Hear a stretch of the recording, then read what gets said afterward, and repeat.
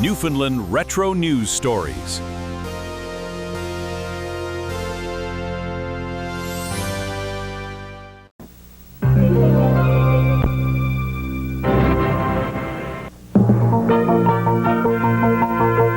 In Newfoundland and Labrador tonight, reports that the CN Road Cruiser service has been sold, and Mount Pearl native Terry Ryan Jr. signs with the Montreal Canadiens. Good evening, I'm Glenn Tilley. This is News Final, CBC's late night regional information package. It appears the CN Road Cruiser service has been sold, and the buyers are well known in the transportation business. They're the Roberts of Triton, the same family that tried to operate an airline in this province 2 years ago. As Brenda Murray reports, the sale has the CN employees worried. Pat Barker drove his bus into the lot at Grand Falls, Windsor today, but he's afraid that after 17 years, his driving days with CN might be numbered. If the rumors are true, I guess there will be no road cruiser drivers with the new company. It's a wait and see now with Mrs. Roberts and see how she in fact is going to run the system. Barker is worried because it appears the Roberts of Triton have purchased the CN Road Cruiser service, the same family who tried to run the short-lived Triton Airlines. Now they're trying for something more down to earth. Neither the Roberts family nor CN would comment today. Both say the sale isn't official. But the head of the union says he saw a news release that detailed the sale, and the union is not at all pleased with the privatization. Pat Barker is the head of the union. I think the deal is not very good for Newfoundlanders. The drivers and the employees are definitely going to lose jobs over it, but the people in Newfoundland are the ones that are going to suffer if there's another reduction in these services. Passengers, too, seem troubled by the sale and by the rumors of staff cuts. With the sale of the bus service in the wintertime, we're wondering if we will still have the same experienced drivers. And from myself, I don't know if I'll be using the service. Where are you going today? The union says the Roberts will review the bus service in the next 2 months. And then it's afraid the service might be decreased while the rates are increased. Brenda Murray, CBC News, St. John's. There seems to be only one direction for the hockey career of Newfoundlander Terry Ryan Jr., and that's up. The day the Mount Pearl native signed his first professional contract. It's with the Montreal Canadiens. This is Terry Ryan when he was at the Canadiens training camp last summer after he had been drafted by the team. The deal announced today has a $1.275 million signing bonus for starters. And Ryan will be paid $850,000 a year over a 3-year period. That's the most a rookie can get. By the way, those figures are in American dollars. Ryan will report to the Canadiens training camp in September. In the meantime, he will continue where he's been playing for the past several months with the Tri-City Americans, a junior team in Washington State. A father and daughter from Cornerbrook are lucky to be alive. They had taken off yesterday in a small plane from the Gander Airport. Anna Shepard was in the pilot seat with her father, Wally, along for the ride. And as Doug Rear tells us, the unexpected happened. Wally Shepard is one lucky man and one proud father. Proud that his daughter, Anna, at 18, got her pilot's license through cadets last summer. Proud that yesterday afternoon, she got them both back alive. Anna doesn't want to talk about her close call, so it's up to Dad. Anna had indicated to traffic control that she wasn't sure she was going to make it.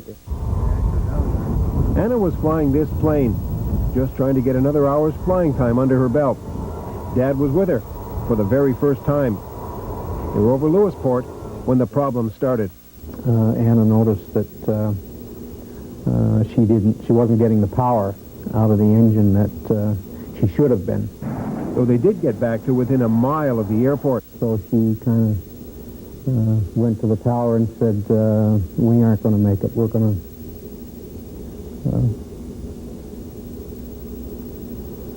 make an emergency landing. An emergency landing on this road. Narrow, busy with Sunday drivers, crisscrossed with power lines. I mean, the only way I can describe it is to say threading a needle, of taking it down. She had to land. The only place she could go was on the roadway with oncoming traffic. and fortunately the one vehicle that was left in the line of several that was approaching saw her and got out of the way, and left a clear runway ahead of her on the left-hand side of the road.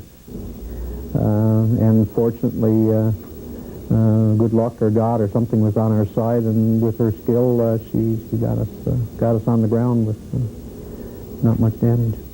How did he feel? Just tremendous admiration for what Anna was able to do. And Anna? She can't wait to get back up flying again. Doug Greer, CBC News, Corner Brook. The RNC are investigating an attempted armed robbery in St. John's. It happened around 6:30 this evening at Walsh's grocery store on St. Clair Avenue. A man carrying a knife walked into the store and demanded money. He was scared off by the owner. A Hawke's Bay girl has had a birthday party she'll never forget. Joanne Siddick turned 13 yesterday and was surrounded by gifts from people who saw her on a Here and Now documentary last Monday. A documentary about child poverty. But as Marie Wadden reports, all this generosity has caused some bad feeling in Hawke's Bay. Happy birthday to you. Make a wish. Make a wish. Joanne Sinnick's wishes, expressed in a CBC documentary about child poverty last week, came true on Sunday. No. The public showered Joanne and her family with cards and gifts. Hi, Joanne. I know this is going to be your best birthday ever. Joanne's story seems to have touched a chord with viewers. They were told families on welfare barely have enough money to feed their children, let alone buy extras. Joanne doesn't get new clothes. The family has no telephone, cable TV, or car. Joanne's never been far from her home on the Great Northern Peninsula. The Sinnicks, a family of 5, live on less than $14,000 a year. That's $10,000 below the official poverty line. It's certainly not enough money to buy Joanne the daughter's pride ring she seemed to want so badly. I asked him for 3 or 4 years for it. So he said he might get it for me for my birthday if he got the money. Well, I suppose he'll get it. I'm not really sure. Mom, would you see you? Well, for a time anyway, the Sinnicks will be able to forget about poverty. Joanne now has lots of new clothes, some money, and most importantly for her, her daughter's pride ring. I would like to say thanks to the people who sent me money and letters and things. The money Joanne and her brothers receive is going into a trust fund. Some of it will be put to practical use. For example, Joanne will get her front teeth capped, an expense now not covered by welfare. The rest of the money she plans to use for her education. Go to college. Become a nurse. Reverend Dawn Barrett has been helping the family cope with its newfound wealth. Well, there was the siding for their house. Someone has offered some linoleum for one of their rooms. The Salvation Army in St. Anthony sent a huge amount of groceries, which they've been able to share with some of their neighbors as well.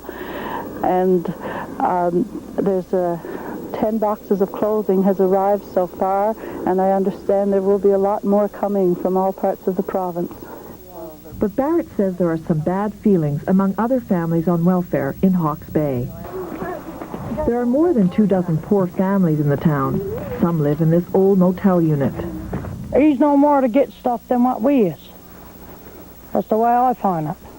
Right? So should the public stop donating to Emmanuel and get your address and sent to you? No. Don't want them to get my address and send to me at all. But it should be a food bank and a clothing bank set up to be distributed to all. That's my We're not even allowed to have a bank account for our children. There's my boy now coming up for graduation, got nothing for him to wear. Well, we're hoping that something permanent can be made out of this, that the clothing that's arriving can be used to set up a thrift store that will provide some long-lasting impact. The fear we have is that once the food is eaten and the children have outgrown their clothes in another year, the Sinnicks are still in the same position that they are today. Joanne's parents are certain the controversy will soon blow over. Stella Cynic understands where it's coming from. It's not the people that we want to come out and respond, it's the government. That's the ones that needs to move. Joanne, meanwhile, is blissfully unaware of anybody's resentment. She's relishing the moment, and she insists that all this attention won't change her. I'd say I'll still be the same old me. I don't think I even want to change how I feel about myself. I like the way I am, the way I am. For CBC News, I'm Marie Wadden in Hawke's Bay. And that's the news tonight. I'll have the weather forecast for Newfoundland and Labrador when News Final continues.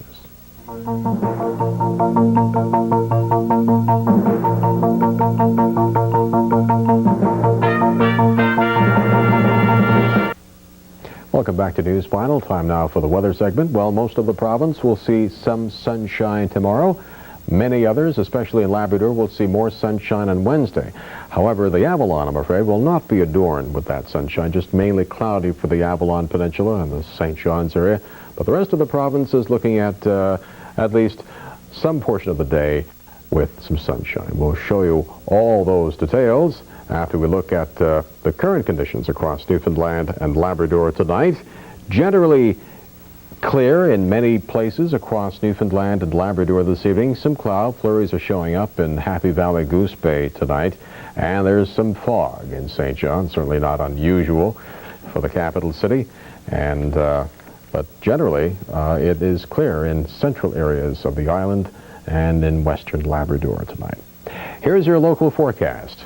For St. John's, the Avalon Peninsula, tonight overcast with fog and patchy freezing drizzle. The low -1. Watch for that freezing drizzle tonight. Tomorrow, mainly cloudy. Chance of a flurry or shower, high +2. Wednesday's outlook, mainly cloudy again. Now, for the remainder of the island. This is everybody on the island except the Avalon Peninsula. Tonight, clear with cloudy periods. The low -8 to -4. Tomorrow, a mix of sun and cloud, high 0 to +4. Wednesday's outlook, sunny with cloudy periods. Here's the extended forecast for the island. Thursday, periods of rain west of the Avalon Peninsula. If you live in the Avalon, you can expect cloudy skies with sunny periods. So some sunshine is showing up for the Avalon for Thursday, while the bulk of the island will see periods of rain. So again, if you live in the Avalon, cloudy with sunny periods. West of the Avalon, periods of rain. And by Friday, the Avalon gets into the periods of rain as well. Periods of rain for the entire island on Friday, but temperatures will be mild, +6 to +8, and those temperatures, by the way, are about 5 to 6 degrees above normal values for this time of the year. So some mild weather on the way towards the end of the work week. Labrador City Wabash now. Tonight, cloudy with clear periods, the low -15. Tomorrow, a mix of sun and cloud, some light flurries with the cloud, high -1.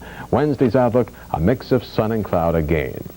Happy Valley Goose Bay, tonight cloudy with flurries, the low -8. Tomorrow, cloudy with sunny periods, high -2. Wednesday, sunny with cloudy periods.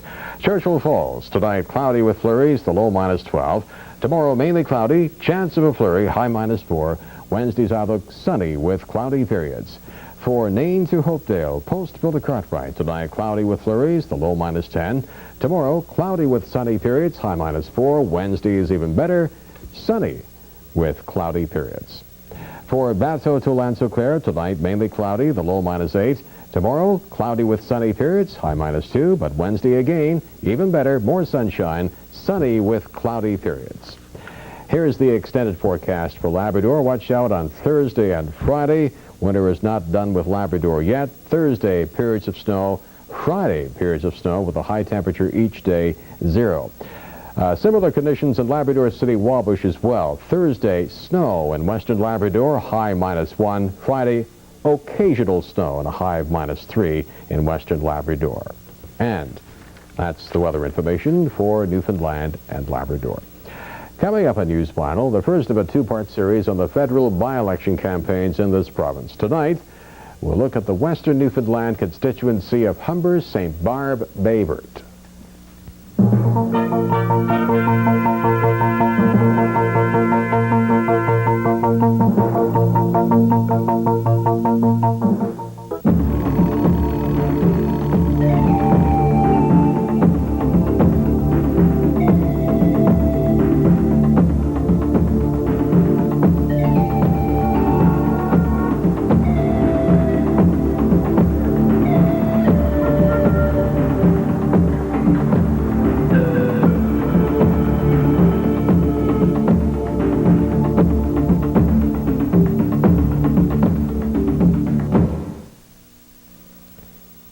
In 1993, Brian Tobin won the federal riding of Humber-St. Barb-Bayvert by a whopping 82% of the vote. Now that he's the premier, who will fill Brian Tobin's shoes in Ottawa? 4 candidates hope to be the new Member of Parliament. Terry LeDrew takes a look at the candidates and the issues in Humber-St. Barb-Bayvert. From the streets of Corner Brook to the fishery long gone in Fleur-de-Lis on the Bayvert Peninsula, to the northern remotes of St. Anthony Bight. It's a big riding where people have one main thing on their minds. Hopefully to get some work. It's jobs and work. Employment mainly. Steel Cove sits picture perfect on the Bayvert Peninsula. But it's also dying, says retired skipper Albert Sparks. Everybody's in need of a job. Yes, 1 second. Good morning, Development Association. Carol Welshman hardly stops answering calls looking for some work from the Bayvert Rural Development Office. And if anything comes up, I will give... Welshman knows nothing will come up. There's a bit of optimism and a handful of jobs in new mining ventures here. But the fishery collapse has robbed most people of work and hope. I'm hearing what are we going to do after the next few months. We have no income coming in. How are we going to support our families? How you doing? How you doing, Jerry? Oh, yeah, good to see you. Jerry Byrne says he'll not only fix things, fill Brian Tobin's shoes, he'll make things even better. Rural communities is where we're going to be producing export jobs in the export. Burns worked in rural Newfoundland. He was a project coordinator on the northern peninsula. Export industry. But for 3 years, he's been Brian Tobin's assistant in Ottawa. And it's clear his mentor has made his mark. From the impressions that are coming off that canvas, I tell you, and I'm glad to be here. What you're doing. Byrne has the same ease, the same charm. His critics say the same Tobin style. Well, I'm selling something today, too. Some people say that's bad, some more people say it's good. I think it's good. I think if he can follow the footsteps of Mr. Tobin, and none of be ashamed. Oh, I can't see it harming him, you know. Good day, sir. Good day. Jerry Byrne is my name.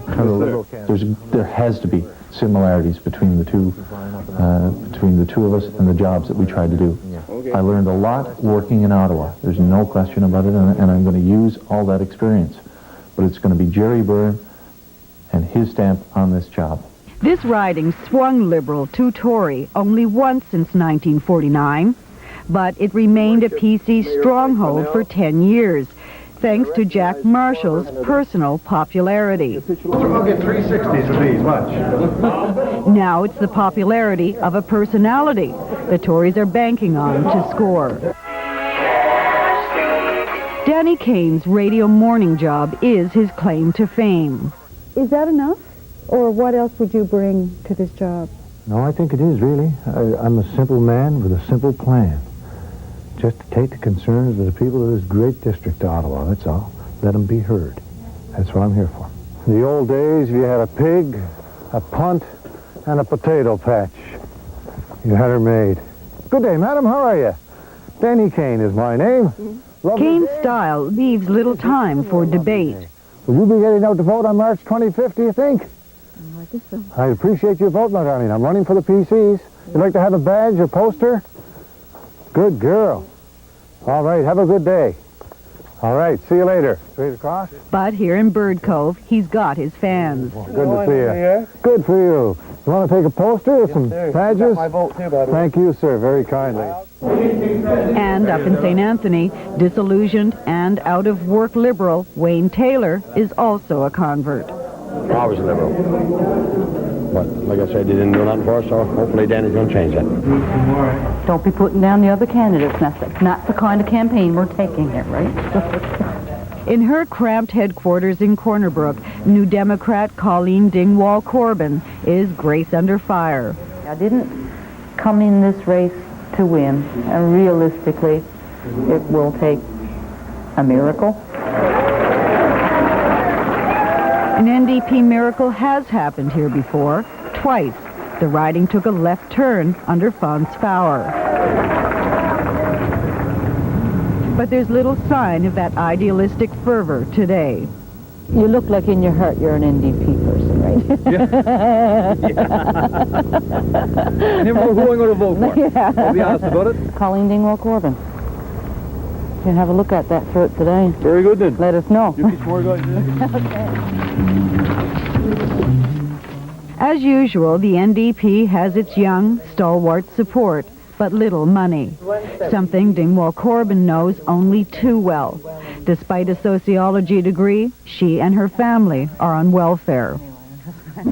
I don't want a sympathy vote either. I want a vote for me, you know. And that's part of who I am, naturally enough, but I also know what it's like to be there. And I don't want to see another 1,500 people getting cut from tags in May going there as well.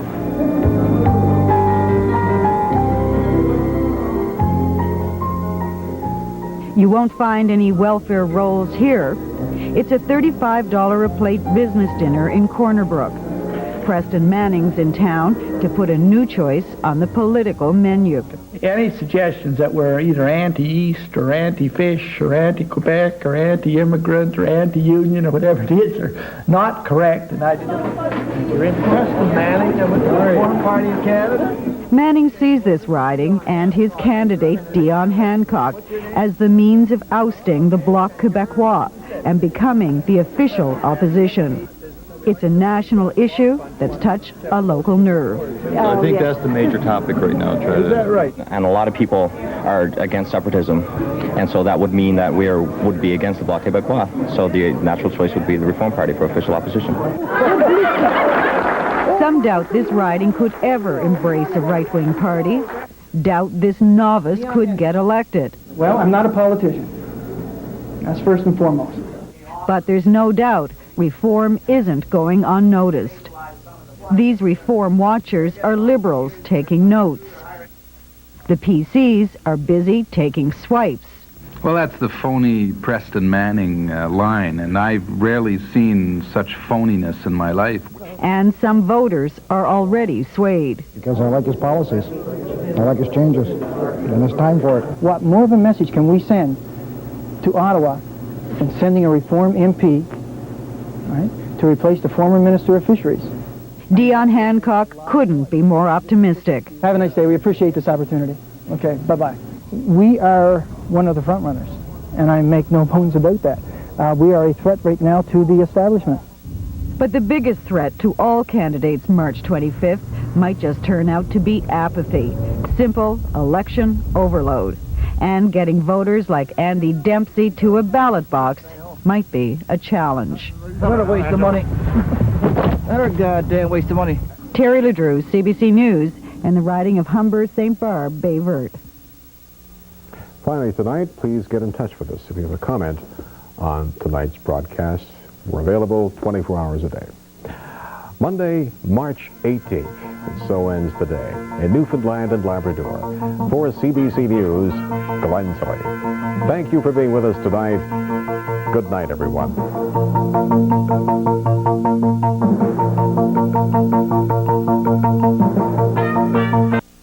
The Fisheries broadcast on CBC Radio in Newfoundland and Labrador. Don't forget to like, subscribe, comment, and share.